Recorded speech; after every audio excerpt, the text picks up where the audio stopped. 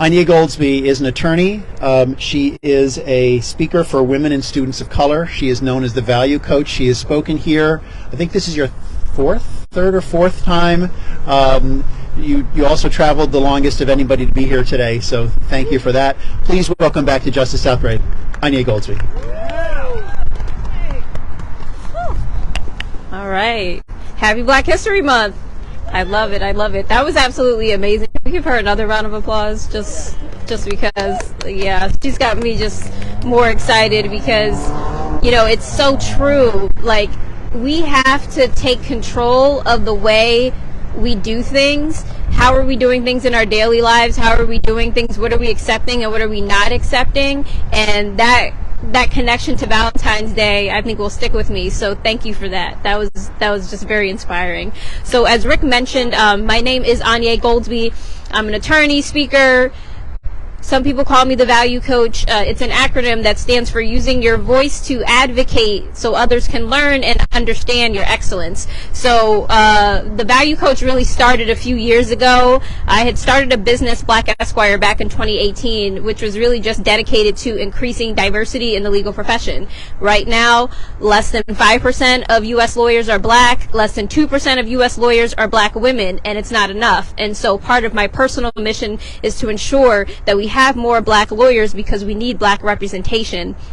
So today I'm going to be talking about black justice and the black church. And just to kind of give you some context here, I do identify as a Christian, but I don't want anyone to get offended by anything that I say here. This isn't a speech or something to try to convert you in any way, but this is just my perspective on the issue, and I hope that you keep your eyes and your heart open until I complete my message today. But I started out going to church when I was very young, and in fact the first time I actually spoke publicly was at church. So I was Baptist. I grew up going to church every Sunday, was in church every day of the week almost. You had choir rehearsal on Tuesday, we had Bible study on Wednesday, we had a youth group on Friday, and then we had Sunday church. We had to do our Bible study, or our Sunday school, thank you, Sunday school, and then we had our church service every week.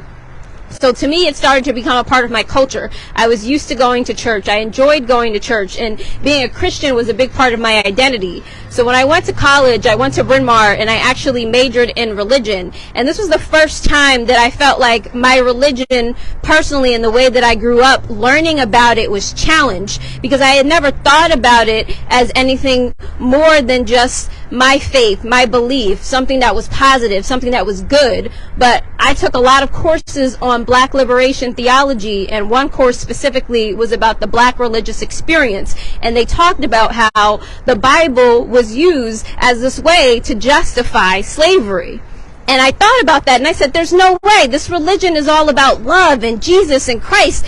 There's no way they use this to justify slavery, but they did. And I'm going to give you a couple of examples as to where they used it from. The first version is in Ephesians chapter 6 verse 5, and the other one is in Colossians chapter 3:22. They both be very similar, but they say, slaves, obey your earthly masters with respect and fear and with sincerity of heart, just as you would obey Christ. The other one states, slaves, obey your earthly masters in everything, and do it not only with their eye on you and to curry their favor, but with sincerity of heart and reverence of the Lord. So when I read that, it really challenged my way of thinking, because at the same time, I'm taking courses on Black liberation theology. I'm reading James Cone, I'm reading James Baldwin, I'm reading W.E.B. Du Bois, and I'm like, this doesn't make sense. This religion can't justify slavery, because slavery was about hate. Slavery was about holding my people back, and it didn't make sense to me. So one thing that I want to stress is that when we think about black justice and the black church, to me, those two things go together, and we can't really talk about one without talking about the other. If we even just look at historically, talking about Dr. Martin Luther King Jr. as a Christian man, as a reverend, as a minister of the gospel, he used his influence and he used his opportunity to speak his message of justice as a minister and as a preacher. So this isn't something that's new, but I think a lot of people don't focus on it as being a crucial part of black justice specifically. So one point I want to go to is some of the history that revolves around black people in the Bible.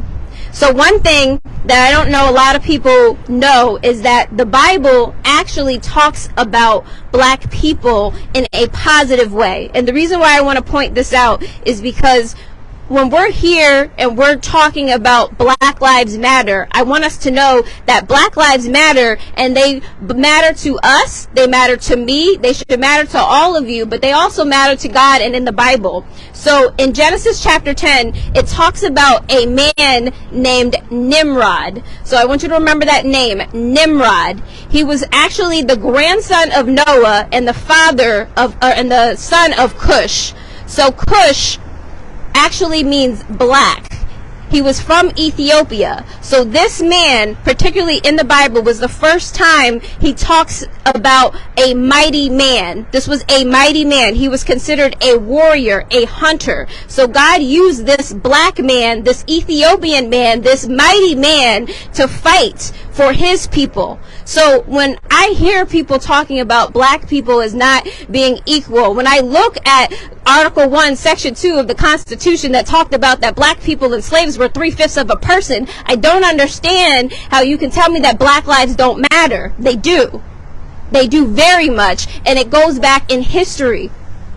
The other thing I want to talk about is the difference between the black church and Christianity. And I think this is a very important point. I don't mean to offend anyone, but there is a huge difference between the black church and the general Christianity. For many, many years, as you heard me talk about, the Christian religion was used to justify slavery. And as time went on, black people took ownership of that, and we said, you know what? We're not going to allow you to use this book against us. So they actually rebelled. They used it as liberation. So this religion that they tried to use as a way to condemn, as a way to hold us back, we took for ourselves. We learned the language of our white slave masters and used it against them, and now we are using it for black power. That's important. But when I talk to friends, I have a lot of white evangelical Christians, and you and I are not the same. That's the only way I can put it. And what happens is when we start seeing all this political discourse and politics getting involved and pulling us apart and telling us that we have to believe one thing or another thing, as a Christian religion, we are not all the same. That's why we have all these different denominations. That's why too many people are out here pointing fingers at each other. It's a problem.